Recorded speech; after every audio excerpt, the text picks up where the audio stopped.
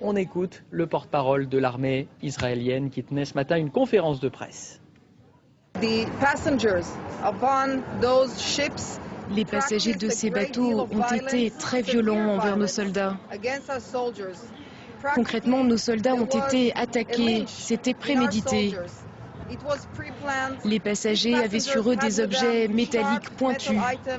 Ils avaient des armes de différents types. Des coups ont été tirés sur nos forces. La conséquence, c'est que 6 de nos soldats ont été blessés et nous savons aussi que 10 passagers ont été tués à la suite de ce violent affrontement. Alors Gaël Eger-Fenwick, vous êtes, je le disais, en direct d'Ashdod. L'armée parle en fait de légitime défense, si l'on comprend bien.